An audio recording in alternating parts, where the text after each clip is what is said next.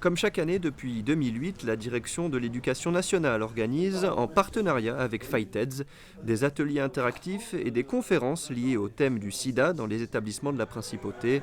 Cette année, 10 classes de seconde et 12 de première étaient concernées.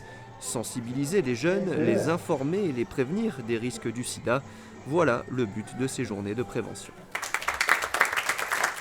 Aujourd'hui, en classe de seconde, il y a eu des ateliers interactifs, c'est-à-dire des infirmières ou des médecins, notamment ici un médecin, le tuteur Wison, et des infirmières, qui ont pu dialoguer avec de jeunes étudiants par petits groupes de 10, sans bien sûr l'autorité ni la tutelle d'un professeur, ce qui fait que le dialogue entre les jeunes et le médecin ou les infirmières est un dialogue tout à fait sans tabou et libre.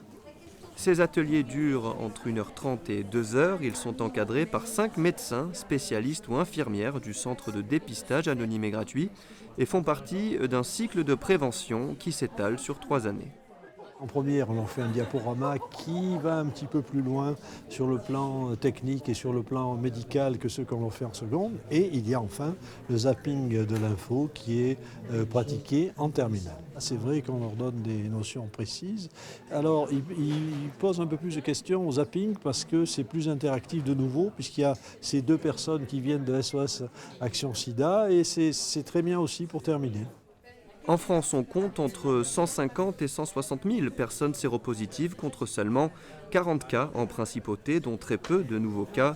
Outre ces ateliers de prévention, d'autres actions sont à souligner comme le déploiement d'une courte pointe dans chaque établissement secondaire en mémoire des personnes décédées du sida.